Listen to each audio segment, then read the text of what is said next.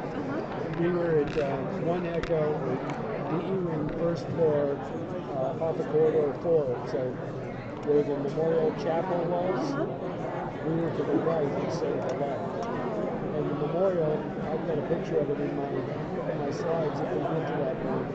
But I was very lucky. I got to help raise funds for it and go to the dedication in 2008. It is stunning. Well done. Absolutely well done. Well, I had nothing to do with it except raising money. And without you, it wouldn't have happened. So the they money, don't consult me for art things. Fundraising only. Yeah, it was very, one of the first times, and it's in the book, is I was in an event raising funds for the Pentagon Memorial Fund. Hey, you got a survivor, so we need to talk about it.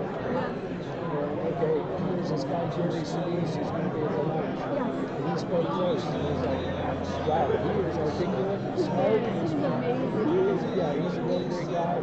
Now we got Ryan. Blah, blah, blah, blah, blah. Because it was harder for me to talk about 9/11 now. I'm sure you'll touch on that today, but this would take a lifetime of healing after what you went through. Yeah. So when I was doing the school today, I pointed out to the kids, hey, 24 years ago right now is when I hit the doors. I'm not the only state sharing stories. I'm an artist. You might hear something along those lines. Again, I'm sorry. I repeat myself. All right. That's what public speaking is. Find what works for you. All right, Team Rotary, I don't have a bell. Team. It's game time. Like a fan? There we go. I tried to. That was. Okay, so this is today's song that you are hearing. Let me turn that down. And today's song is from Joe Biondi. Joe is with Heritage University. Joe chose this song, Where Were You When the World Stopped Turning by Alan Jackson. 9/11, 2001 was a day that changed so much for all of us. Joe and his wife were staring at the TV, trying to make sense of how a plane could be so careless to hit the World Trade Center. Standing behind them was their 6-year-old daughter. They did not notice her there. Then the second plane hit. Joe's 6-year-old daughter said, looks like someone isn't being too careful. And then Joe started crying. I'm not going to do it right now, but I'm very close. Knowing his daughter's world and the world he had hoped she would inhabit had just changed and not for the better. Then Joe saw Alan Jackson sing this on the CMAs the following November, and it has always stayed with him. So thank you so much, Joe, for sharing that musical testimony.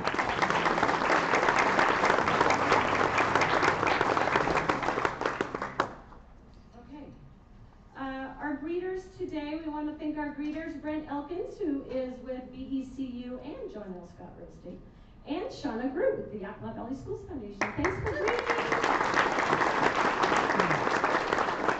And next up to share some inspiration, Margaret Filkins. She is with Camp Primetime. She's my boss.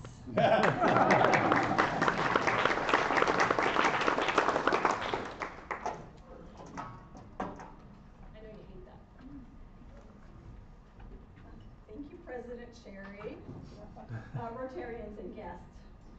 If someone were to ask you, what will you do to be brave today?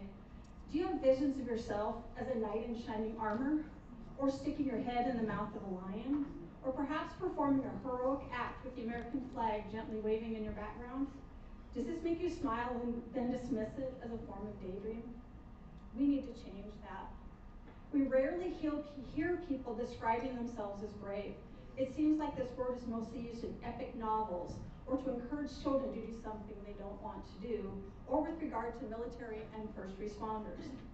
We have all been brave at times in our lives, and we continue to be faced with opportunities to be brave, and we should wear these experiences like medals on our own chest. Bravery isn't the absence of fear, it is taking action and proceeding forward in spite of that fear. This willingness to step into the unknown is a powerful act of bravery. It involves confronting uncertainty, risk, and often apprehension, and then making a conscious choice to face what lies ahead And when that outcome is unclear or the path forward is uncharted, we go forward. To be brave, we have to dig deep in order to manage the unknown. When we display bravery, we inspire others to be brave. When we hear a story of someone's moment of courage, despite their fear, we realize we are capable of great things too. Annie Downs once wrote, "I can tell you that the moments of my greatest fears, those times when I was sure I was going to wimp out under the pressure of it all, have also been the open doors to the greatest changes in my life." Therefore, today I encourage you to remember the moments when you have been brave and ask you to look forward to the next time you can add another figurative medal of bravery to your own chest, or open the door to the next great change in your life. Be brave. Thank you.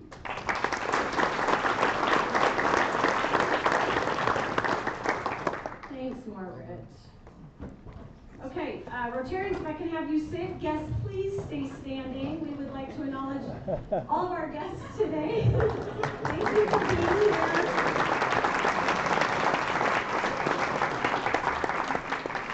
Thank you so much for being here. For those of you that don't know me, I am Sherry Bissell, and I'm very honored, blessed, proud, you name it, to be the 107th president of this original, we call ourselves the OG Rotary Club in Yakima because we started in 1919 and we were the first and we are the best. So if you would like to be a member of our Team Rotary, there are little blue cards on the table that you can take. You can talk to any of us Rotarians. We would love to talk to you and draft you for our team. Okay.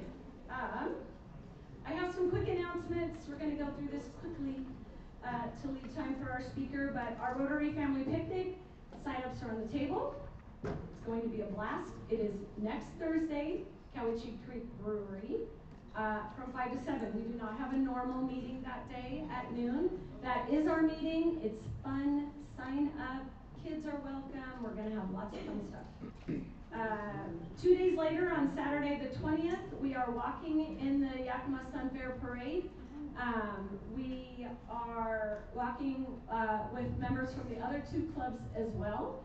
We have purchased books. September is National Literacy Month. I know I've talked about that before, but it is National Literacy Month, so all three clubs have gone together, purchased some books, and we're going to be giving books out to the little kiddos.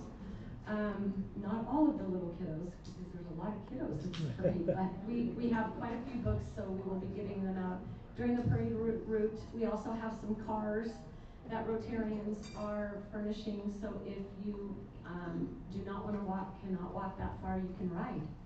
And as I say, you can wave in this car.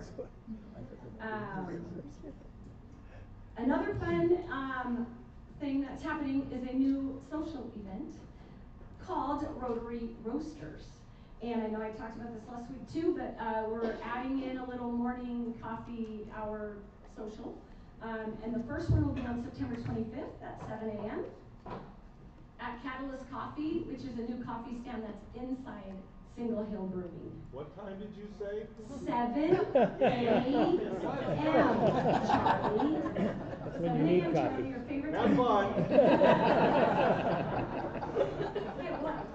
We have something for everybody. Yeah, that's called Sunrise Rotary. Sunrise. Yes. Grant applications, our first round of grant applications are happening. That deadline is October 1st for our allocations and review.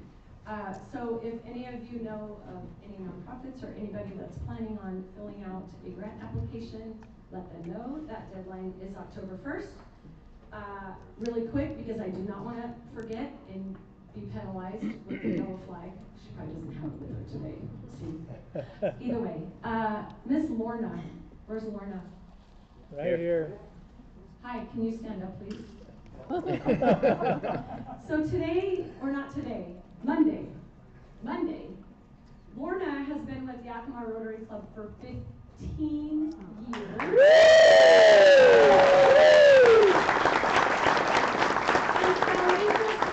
Just a little something.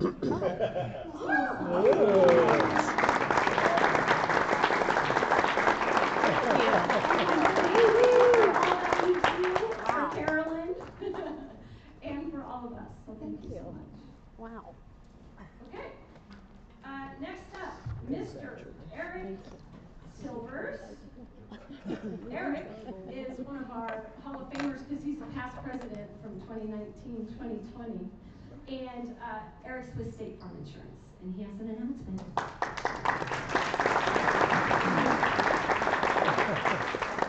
President Sherry, alias Savannah White. But we want to be able to let you know that the Seahawks posters are here. They're in a very limited amount. And so we really want you to be able to get it. It's the 50th anniversary. The Seahawks wanted the Yakima Rotary to get the posters first. And so I have a very small quantity that I'll have in the back afterwards, after Rotary's over. They wanted you to be the distributor for Yakima. They also, want us to be able to get it to the other clubs, but I wanted to go here first and make sure that you guys get them. Afterwards, I'm going to take them over to the high schools, and they will probably be gone by today. But I'll be in the back after Rotary. And by the way, go Hawks. Yes. They're better. And go Bills. Sorry. We expected it. Y'all did. Okay, next up to introduce a new member, Mr. Cy Ruiz. Where are you? There you are. Look at him in the back. Cy Ruiz, and Cy is with the OIC.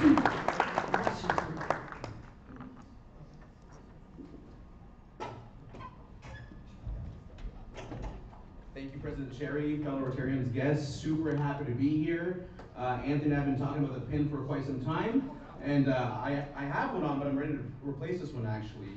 I'm very happy to be here to introduce our newest member here at our club. Mitchell Acosta was born in Tacoma and raised in the Yakima Valley, where he learned the value of hard work early on, taking on everything from delivering papers to picking fruit. Today he serves as branch manager of Key Bank, bringing over 14 years of experience in the financial industry. Mitchell has a passion for helping small business owners plan for the future, navigate changing economic conditions, and reach their goals. He also serves as treasurer for the Washington State Micro Enterprise Association, an association dedicated to supporting entrepreneur support organizations through funding and capacity building. Outside of work, Mitchell is a proud father of two. Whether he's hosting tea parties, and I actually did text him, tiaras are included in those parties. But he also likes giving his kids lawnmower rides, even when the grass does not need cutting. He also enjoys chasing his energetic husky, whose name is Blue. He truly enjoys making the most of family life and community. A lover of the outdoors, Mitchell embraces every season, whether that means snowboarding in the mountains during the winter months, or hiking in new trails during the warmer months. And one last thing that I'll say about Mitchell is that I think approximately 2 years ago, our president-elect John Cooper actually invited Mitchell to actually come and visit the Rotary Club. And I'm not sure why he didn't join at the time, maybe it wasn't the right time. And I'm not trying to tell you that I'm more convincing or persuasive or better person than our president-elect John Cooper. I will let that speak for itself. But I am very happy Mitchell decided to give us another chance. And on that note, I want you all to stand up and help me welcome Mitchell Acosta as the newest member of the Downtown Yakima Rotary Club.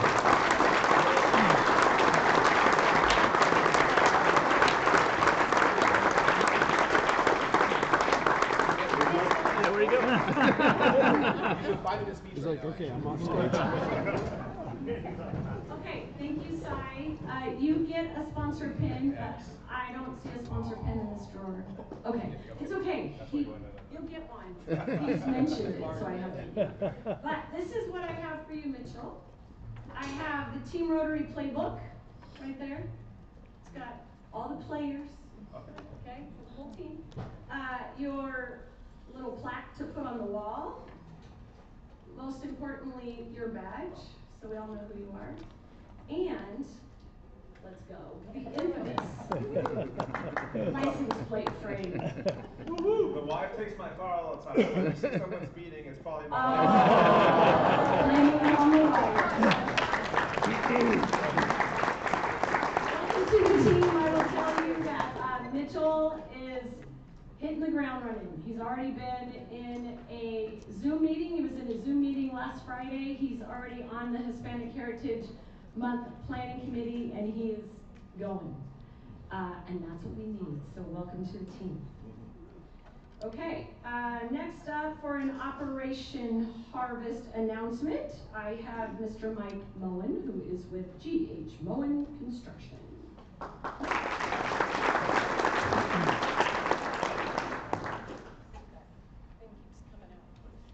Thank you, 107. Dear fellow Rotarians and guests, Rotary Operation Harvest is Saturday, October 11th. Put it on your calendar. There's an opportunity to participate for everyone. We want 100% participation. This year, more than ever, the community needs our help. Families are relying on this food assistance. This is such an important part of what Rotary does for our community. Ways to participate: deliver bags on assigned routes between October 3rd and the 9th, collect filled bags on the 11th. We are really trying to get volunteers to pick a route that they can do both. Distribute bags and then pick those bags up on October 11th. It helps when picking up when you know where you dropped the bags. So, and then also you can unload and sort food donations at the Rotary Marketplace on October 11th. Staple flyers on the bags before they're distributed. And yard signs are now available in the Rotary office, Carolyn, and he'll be bringing those to, right? You'll see them as you walk out. Oh, perfect. And we need about 100 more volunteers for bag distribution and pickup. So, and if you can't volunteer, you can still participate. Please consider making a monetary contribution to support Operation Harvest. And thank you so much for everybody who has signed up and donated to this point. Appreciate it, and thank you for your service.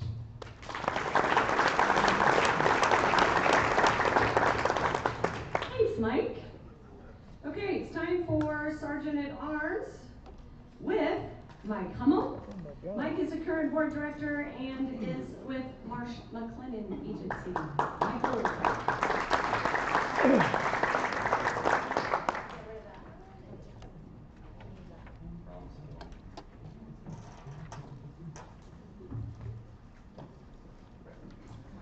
If you've ever seen one of my Sergeant at Arms presentations over the last 5 or 6 years, you've likely noticed that I like to blend a mix of storytelling and humor with my efforts. So it made perfect sense this year when I received the Sergeant at Arms schedule from the esteemed committee chair, Ms. Kelly Connaughton. And I found that I was assigned September the 11th for my first presentation of President Sherry's year. Because, you know, the first thing that comes to everyone's mind when they think of September the 11th is comedy, right? Kelly, are you here today? No, yeah, she kneecapped me on this one. I was going to let her know. The assignment got way better yesterday, too. Okay. Alas, I'm a good Rotarian and a Sergeant at Arms professional, so I'll make do with the assignment given. Before I start, if you are too young to personally remember 9/11, please pay $2 because you are too young. Yeah. I don't see any money. Considering the topic of the day, I thought I'd forego my usually thinly veiled attempts at humor, but I'm going to stick with the storytelling. The September 11th attacks were my generation's Pearl Harbor. It's one of those moments that's seared into our brains, and I thought I would share my experience of that day. Rather than ask for fine payments today, I'm going to ask for donations along the way if any of my story resonates with you. On September 11, 2001, I was an 18-year-old freshman at Pacific Lutheran University. My dorm room was located on the second floor of Foss Hall, and my window looked out over the main campus grounds that the students used to get from building to building. I didn't have a cell phone in 2001, so my morning wake-up call was via a clock radio that I had set to 104.9, a rock station from Tacoma called the Funky Monkey. My alarm triggered, and instead of waking to popular rock music of the day, the radio hosts were talking about an airplane crash. In my haste, I didn't think much of it, and I fumbled to turn it off before climbing out of bed and heading to the showers. After a couple of minutes in the shower, I returned to my dorm room to find my new roommate and fellow football teammate, Bobby Bennis, had returned early from his morning class, and he was sitting in front of the TV with the news on. He asked me if I had heard what had happened, and I sat down next to him, naked other than the towel around my waist, and for the first time, I watched the video of the two planes hitting the towers. If you're able to recall every tiny detail of where you were and how you learned of the attacks, please donate $1. For the first time in my life, I remember feeling vulnerable in the U.S. No one attacks America, period. but someone just had, and they were successful in it. Not only that, they used an everyday item as their weapon of choice. Any one of us could have been on the airplane they chose to use. As an 18-year-old athlete, I thought I was invincible. Feelings of doubt, fear, and dread simply weren't in my mindset. Yet there I was, only a few weeks into my independence as a college student, and I found myself scared. Really scared. And I had no idea what to do about it. I remember using the phone in my dorm room, again I had no cell phone, to call everyone I loved to ensure they were all right. I already knew they were fine, but I needed to hear their voice and let them know they were loved. I called my parents, high school friends, old girlfriends, cousins, you name it. Much to my surprise, many of them were doing the exact same thing. If you also called loved ones in the immediate aftermath just to check in, please donate $1. I spent the rest of the day glued to the TV. I remember the videos of the chaos on the streets. I remember watching the videos of people hanging out of windows screaming for help before deciding to leap to their death rather than be burned alive. I remember watching the towers collapse. It's challenging to determine whether I actually remember some of these things that are now part of my collective memory due to the countless videos we've seen since that day, but I know one thing for sure. I remember the people jumping. I remember feeling sick to my stomach that those people were put into a position where the best option was to leap to their death from 80 stories up. If you're also unable to forget the horrific images of people jumping from buildings, please donate $1. The 9/11 attacks were horrendous. There's no doubting that. However, the attacks were also the catalyst to the most unified America I can remember in my lifetime. For the first and only time in my entire life, American politics fell by the wayside. For the first and only time in my entire life, we were no longer Democrats and Republicans. We were simply Americans, unified entirely in support of our country, our first responders, and our freedoms. In the days and weeks that followed, American flags were hung outside of every house and business that you saw. Men and women of all ages enlisted in the U.S. military out of a sense of patriotic duty, and for a short time, we treated each other as fellow Americans rather than a political adversary. If you remember the beauty of real American patriotism that followed those attacks, please donate $1.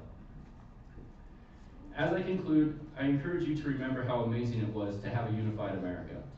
We live in a day and an age where our political leaders at the highest levels are openly trying to divide us for their own personal gain. They don't even try and hide it anymore, and worse, we're cheering them on as they succeed. We're giving them exactly what they want, and we sing their praises for it. The political climate has gotten so ugly that I've seen sons turn on fathers, mothers denounce daughters, and lifelong friends sever all ties simply because the talking head on TV told them they had to, lest they be branded not a real member of the party. Remember this, we don't all look alike. We don't all believe in the same things. We don't all come from the same background. We are all American. We are one nation, under whichever God you choose to believe in or not believe in. And I know if we remain indivisible, we will have the best opportunity to obtain liberty, justice, and happiness for all of us. Thank you.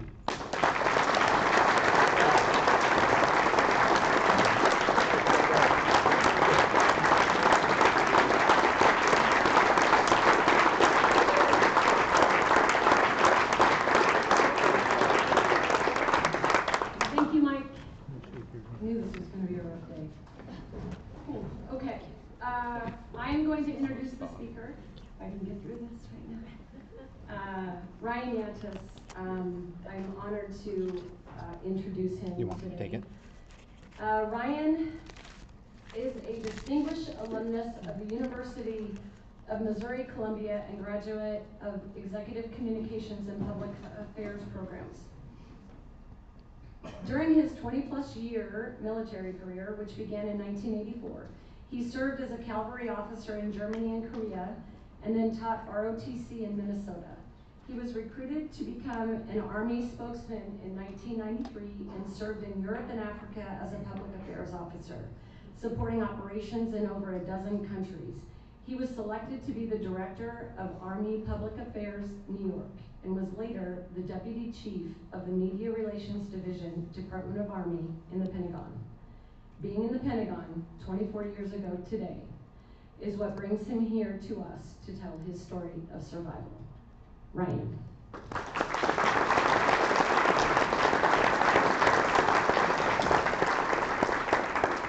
Thank you, Sherry. I'm about to say next slide because the last presentation we went through, I had to do that because I was doing next slide. I'm not a well-trained monkey. Here we go. So, born and raised in California. I'm a recovering Californian. And I sought refuge in Illinois after I got out of the Army.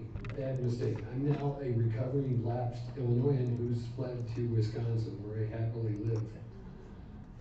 Went off to college in 1979. I was the fastest high school swimmer in the United States in 2 events. I was skinny. I've gotten all over that. 1980, we did not go to the Olympics because the Russians went into Afghanistan. And Mr. Carter said, no Olympics for you, so I got fat.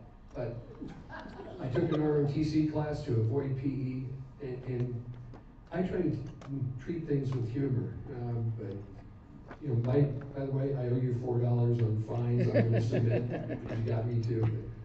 But I took a PE class to avoid, map reading with the Army to avoid a co-ed PE class. So I just didn't like the schedule. I didn't want to get up and do badminton at 8 o'clock on a Saturday morning. They liked me at ROTC. They offered me a scholarship, and I said, no Olympics, and they're going to pay my way through college. I'm done with swimming. So that started me down the Army trail. Fast forward, in 2001, I was an Army major working in the Pentagon. And an Army major in the Pentagon is kind of like a 7th grader at middle school, where it's all the upperclassmen, wide hallways. There's no nice teachers that care about you. It's like hard. And I had a wife and 2 kids. The youngest was 10 months old.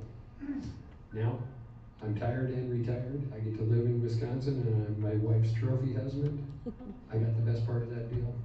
I put the photos up there. The first one at the top is a photo that the New York Post paid to have taken for a feature I was in. It was real cool. I want that picture.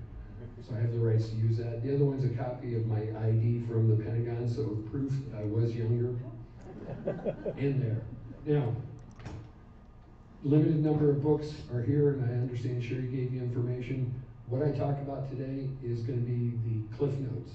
If you want to know my full story, plus the story of other 9/11 survivors who found themselves in a bad place, we wrote that book as a team effort during the pandemic via email and Zoom.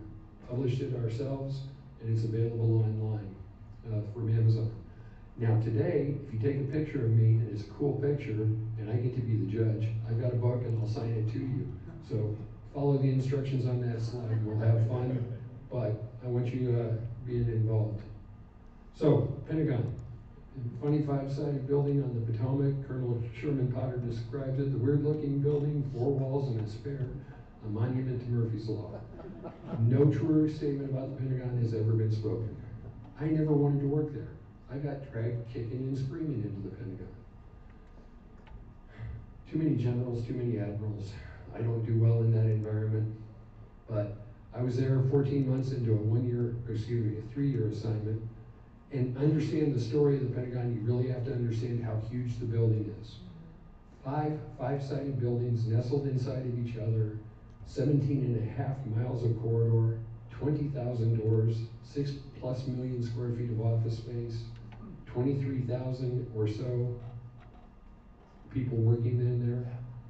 And it had some beauty of design because you could get from point A to point B without leaving the building in 7 minutes. Size comparison. Size matters. Here are some pictures in different colors. I'd love you to go into them. Fortunately, Lorna, sorry, is running this, so it'll be up on the web so you can watch later. But some of the different size comparisons. Old people with the Star Trek original series, that's how big it is. The green one, the red super tanker, the biggest one in the world. It's a huge building. Those folks who like to shop, Mall of America in Minneapolis, you can fit 3 of those into the Pentagon. About huge building.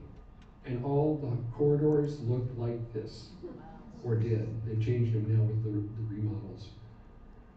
The only way to tell where you are is the different color of paint and some of the treatments on the walls. Lots of pictures of and portraits of dead white guys in suits and uniforms, because that's the Pentagon's art collection.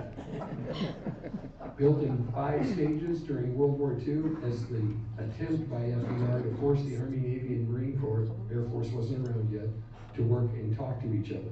plus to clear them out of downtown DC and put them into one building. Very expensive. It's fascinating. Go study the history of how the building was built, because it's an amazing story. What I remember about 9/11 that day, routine day, get in, beautiful skies, I want to go play golf. Nope, you got to get to work. I was a spokesman. I was a biological answering system for news media to call in and ask questions. I take their question, find out an answer, and get back to them.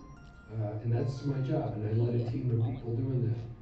We knew what was happening in New York City because we had little TVs on our desk, and it had come out of a very long, boring meeting, and hey, boss, something bad happened. So Mike, I started calling people who I'd worked with in New York City at about 8:47, going, hey, are you there, are you okay? Some of them was voicemail, because New York doesn't really go to work until 9:30 or 10, which worked out for their benefit. But had those things happen, we had that initial report, it was an accident in New York. We expected there to be casualties, we expected they might ask us for help. At 9:03, we were watching the big screen TV in our office when we saw a plane fly into the building. And I stopped right then. I had a young lady that worked for me, she was 9 months pregnant, Department of the Army civilian. I said, Elaine, get your stuff and go home, I don't want to have to worry about you. Oh no, we're going to be busy today, we're going to get slammed with media queries. Elaine, I want you out of here, we're next. Because it was that, or the laws of physics had changed. Now, I don't have enough time to talk about Blonde Girl, but that's a chapter in the book. And she was a college intern who was on day 2 of a 16-week internship. Her second day in the Pentagon, visitor tag. So anywhere she went, she had to be escorted by one of us grown-ups. And an amazing kid who stuck it out and didn't go home. She did a lot of great work. She's now a nurse and the mother of 5 great kids. So 9:30, I'd worked in New York City. The colonel who was new to our office said, come with me, we're going to go talk about if New York asks for help, what are we going to send? It's called DOMS, Domestic Operation Military Support. So the military that comes in when fights fires, when it overwhelms your local capacity, that's DOMS. We were up here, 2E636, that was our office, 2nd floor, corridor 6, E-ring. I did not have a cool office with outside windows. I was on the inner part of the E-ring, so I looked at concrete. It was not good. But anyway, Henry grabbed me, and we walked very briskly. And for Henry, think of Denzel Washington with more muscles and more charisma. That's Henry Huntley. I love him, he's my brother. And 2 of us, tall guys, walking fast, we made it down to a construction wall between corridors 4 and 5. This is wedge 1. And we stopped there, and I said, sir, where are we going? I'd been in the building 14 months. I understand you can get lost. He'd been there 6 weeks. Oh, it's a conference room off of corridor 4. Okay, sir, which floor? I'm not sure. We'll find it. Sir, 5 floors, 5 rings, lots of options. Where are we going? I'm not sure. You don't have the address? Let's go call and ask. My ex-wife will tell you those words never left my lips. It's true. And Henry and I walked, made a call, and we walked in the Army Operations Center off of Corridor 7 at 9:37. Now, why do I know it's that time? Because that's when the alarms went off and the lights blinked. Because a plane hit the building at Corridor 4.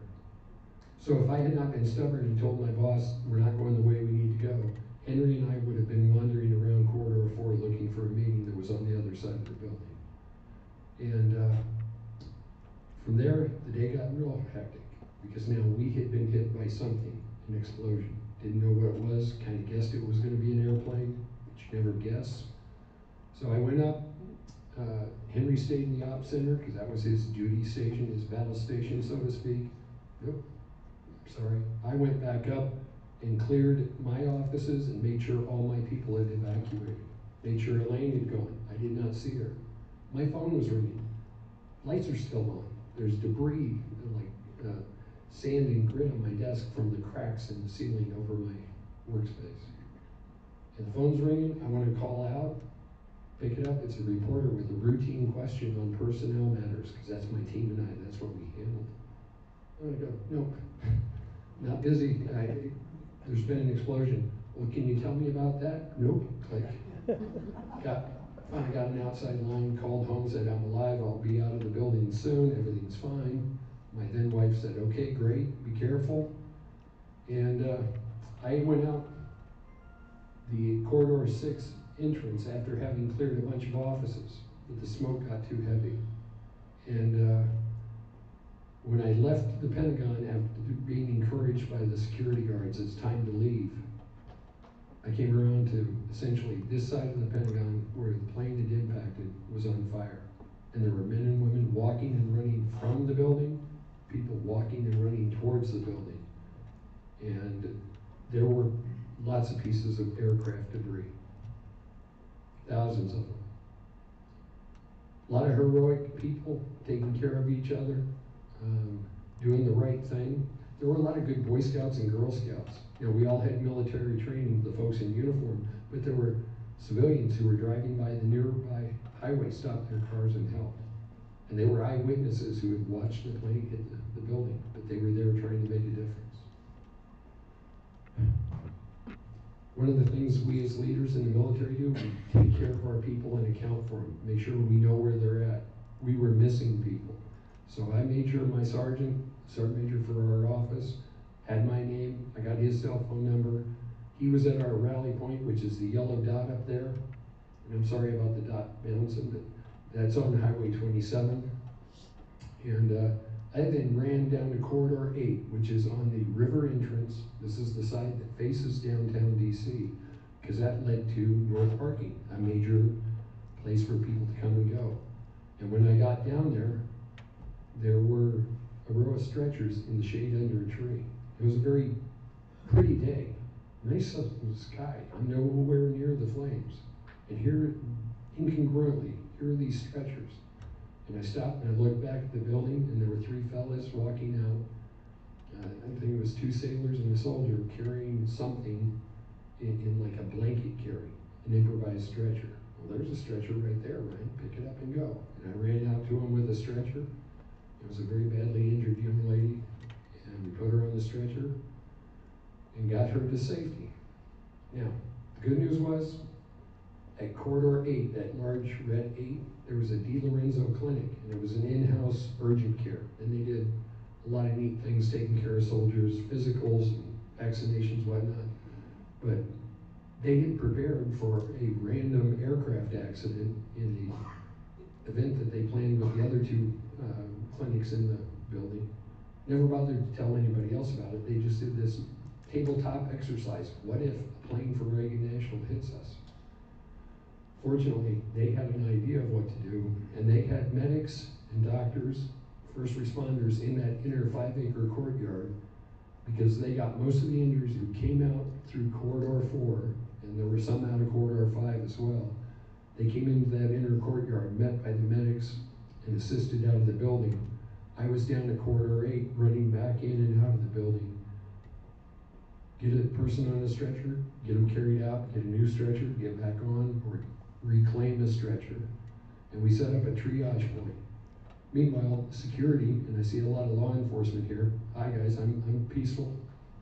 But they were, no, get away from the building. There's another plane coming. Stay back. You got to move away. But there's people that are hurt in there, so we kept running in and out. And it was a hot day.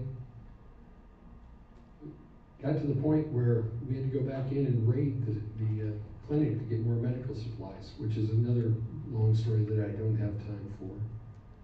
But I was about 50 feet from the door of the Pentagon, from here to the back of the room, and I heard a jet coming in, screaming low and fast behind me, and the security were waving us and saying, get away, get away, get away. And I'm too fat, can't run that fast, and I'm too close, so I'm dead. That's what I think. And I look up and it's a jet fighter, 400 feet at 400 knots, just across the sky, big silver arc.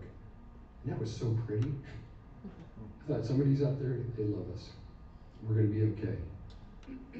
Now, Only problem is that aircraft didn't have any ammunition in its guns or missiles on its rails. So it was a $40 million lawn dart that was trying to figure out how to knock down a suspected hijacked commercial airliner, which is a real crappy Sophie's choice. If I knock down this airliner that we think has been hijacked, maybe, maybe not, where's it land? Hospital, school, shopping mall? It's gonna fall on somebody. And those pilots were up there having those discussions about how to do that. And that's gotta be horrible. So, not me, and I don't know the young lady in this picture, these are just examples. We made it back into the inner 5-acre courtyard, and we were, all the volunteers, we weren't told to do it, we just formed up and went in. That's the uniform on the right that I was wearing. It's the Army Class B. It's a horrific, bad uniform. It's not really good in my color wheel, but that's the kind of uniform I wore. And I'd been running. I'm a big guy. I'm furry, and I carry a couple of days' food with me at all times. And this Navy officer, and she was wearing that outfit, but she had on a long sleeve black sweater because normally the Pentagon is like an icebox because there are a lot of big fat guys in uniform that don't want to sweat it out. And she walks up to me and she goes, I need your t-shirt, give me your t-shirt. So I threw to the loom, white t-shirt that I've been running and sweating in. Okay, fine, I don't know if she's an admiral or what. Take my uniform, blouse off, t-shirt, hand it to her. Thank you. She turns around, walks away, goes to a bucket of water near the Ground Zero Cafe, which is a hot dog stand right in the middle of the Pentagon's courtyard, dunks it, pulls it over her shoulder-length brown hair, and pulls it so she's looking out of my armhole. I'm not describing it well, but she then wraps this wet t-shirt around her hair. It's been a hot day, we've all been running, we've all been stressed. Hey, are you okay? I ask her. She goes, yeah. What's with the t-shirt? Oh, flash burns, I'm on search and rescue. So, any of you old men have problems with women in the military? Get over it.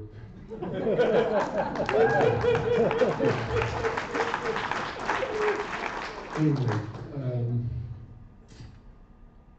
it was very hot, very frustrating. The fire was burning so hot, we could not go back in and do our search and rescue, aid and litter, and that was what I was there for.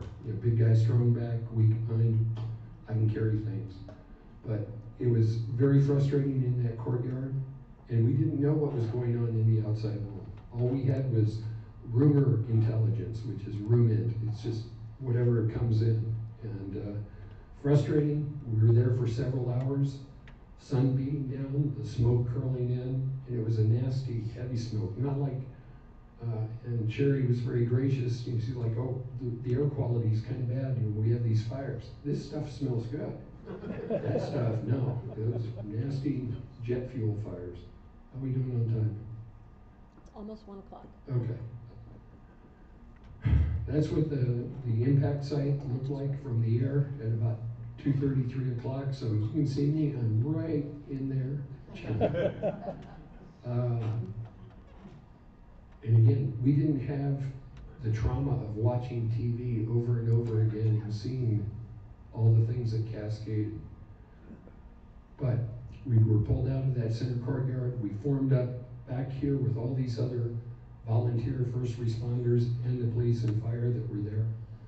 And then my boss saw me and he goes, you're supposed to be doing that spokesman stuff. Come with me, go back to the Army Operations Center, where I had a lot of senior officers hovering over my shoulder telling me how to do my job. I loved it. It was so much fun. And they were telling me how to do the casualty sheets. And I would say, no, we cannot say anyone's dead. Well, I know he's dead. Great. You know it. I might know it. The Army doesn't know it, because that protects them for legal reasons. And I had a lot of guidance, and finally a voice said, leave him alone to do his job. And oh, by the way, do the list alphabetically. That was the Vice Chief of Staff of the Army. It was a 4-star who happened to be walking by and solved the problem. I love him.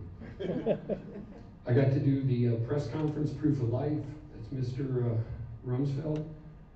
He had to be escorted from the Pentagon because his instinct as a veteran was to go help people. And his security detachment said, nope, you need to go away from here because you're continuity of government. Now the picture on the left side of the screen is the MP standing in that corridor. And I love law enforcement, honest I do, really, really. But they had put up these crime scene tapes and said, no entry, it's a crime scene. My stuff is down there, my keys, my wallet, so you don't carry it on you during the duty day. It breaks up the line of the uniform. So I had to figure out how to do that. Got a clipboard, got a hard hat, flashlight, and if you have a hard hat, a flashlight, and a clipboard, you can pretend you know what you're doing. I'm getting past that guy. Okay. Now, I had gotten a list of things that I was supposed to pick up for other coworkers and other soldiers. So there I come clumping down the hallway a couple minutes later, arms dangling purses that I've got for various people. I'm lucky they didn't shoot me as a looter. The serious part, there were 59 people on American Flight 77, that was the aircraft that hit our building, 125 people that we found remains of in the Pentagon. 106 were hospitalized for injuries, but I'll tell you there were hundreds more who were injured that day. And the Pentagon never stopped working, never closed. It kept burning for 4 days, and we kept going. Last slide that I want to talk about, and then I want to try to take questions if we have time, is September 12th. My boss said, your emergency essential. Show up in your BDUs, which is the camouflage field uniform. That's really cool. That's not the dress uniform. It's uncomfortable. It's like wearing pajamas. And I had spent most of my career wearing that. So I've got them ready. They're on hangers. They're clean. They're neat. Pressed. Boots. Knock the dust off. Put them on. I'm ready to go to work. 4 o'clock the next morning. And I drive up the interstate to the Pentagon from Northern Virginia. Crest the hill. I'm looking down in the bowl. There's the Pentagon. It's burning. They're spraying water on it. There's a big chunk in the middle that's without power. And then there's a lot of lights at the corridor 2 entrance. Okay, good, I'll park at South Parking. Nope, can't park here. It was a crime scene, gotta park across the road. Gotcha. So we park across the interstate, I walk across, and I'm seeing other soldiers in BDUs, civilians in blue jeans and work shirts with a sport coat. And we're all walking quickly and quietly across this abandoned parking lot to a building that's on fire and without power to go through very stringent security where they're sniffing our bags for bombs with bomb dogs, and we're being, hey, show us your ID, who do you work for, where are you going? They're now jacked up on security, and we're doing all that to go into a building that's still on fire. And I love first responders, I say this sincerely, you guys do amazing stuff. We were walking into a burning building, and that's a different degree of courage. I'm very proud of them, very proud to have been one. So, I just want to go straight to the questions, because that's part of my gig here is to answer questions. Does anybody have any questions? Feel free to swing away.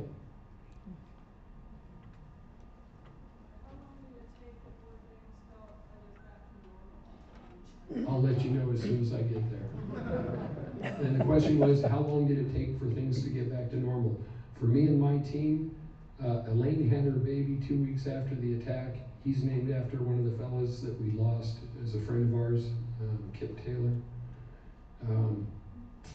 We were the homeless tribe of the Pentagon, bouncing from office space to office space that we could occupy and do our jobs.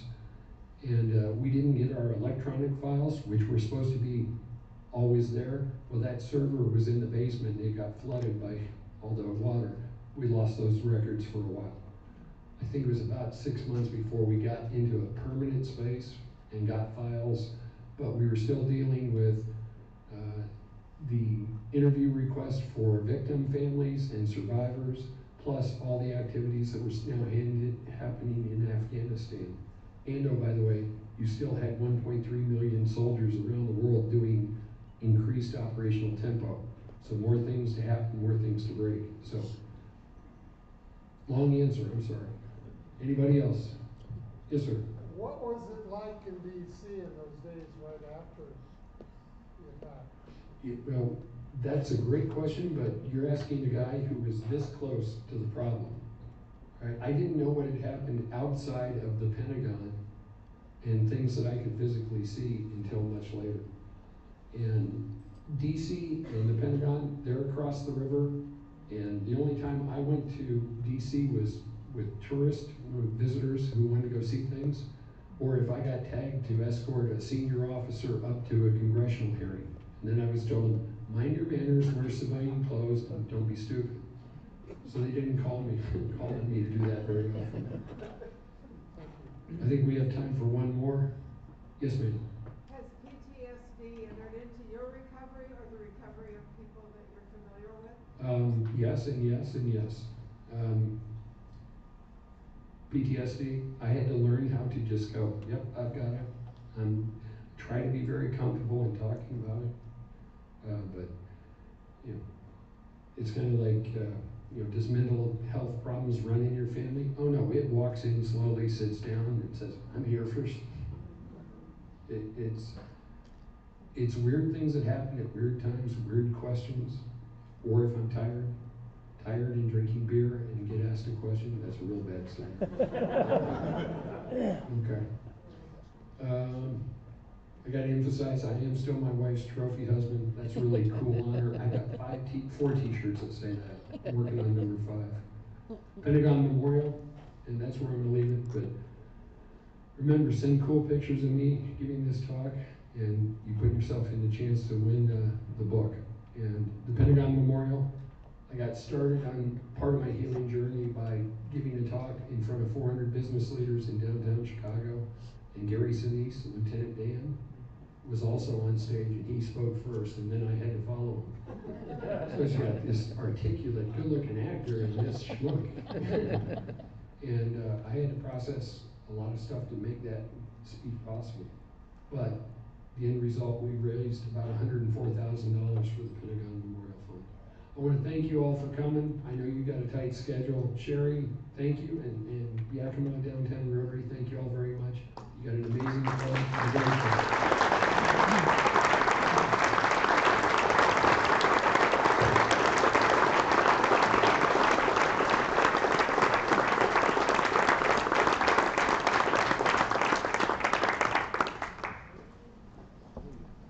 Thank you so much, Ryan, for being here. This morning we were at West Valley High School talking to the junior class in the auditorium because they are doing U.S. World History right now. And so we talked to those kiddos, and then this afternoon we are going to the Chuck Austin Place, which is the housing for veterans through the Yakima Housing Authority. So we are going there, and we are going to talk to some veterans there. So I appreciate Ryan's time. And we have 7 of these. And we have 7 books that he can sell if you are interested in those. Inside. Okay, my play of the day, oh hi, Carolyn's on it. So my play of the day today is Do What You Can With What You Have, Where You Are, by President Theodore Teddy Roosevelt. And this comes to me, actually, this inspiration came from our speaker, Ryan, because Ryan and I have been talking since, what we decided, last November. November 24th, on the 5th of November. Not so I've been bugging him since November of last year. Yep. But we have been talking since then, planning this, and this is one of the quotes that he has on his email signature. And so I thought it was appropriate for today, and every day. This quote reminds me to not wait for perfect circumstances to take action on anything, and I think it would remind all of us of that.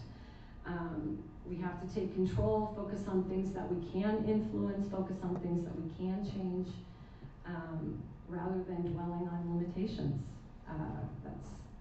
That's how I feel. That's my play of the day.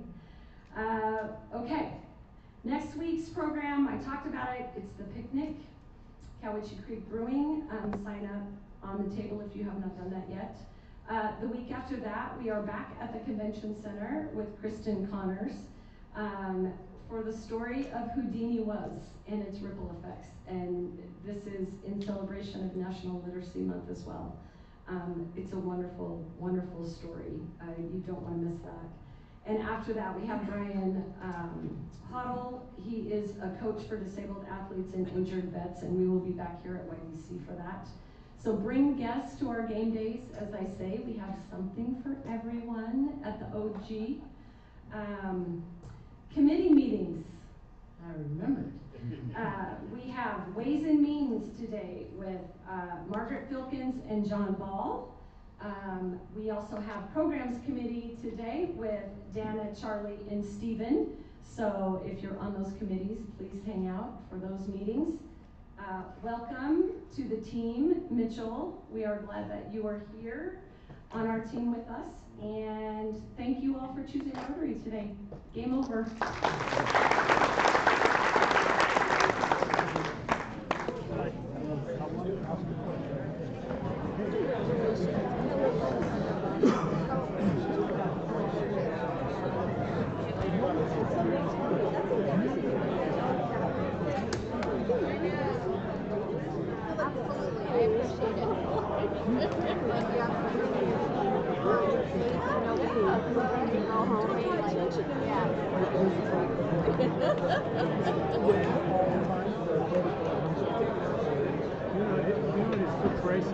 Margaret, where would you want to meet at?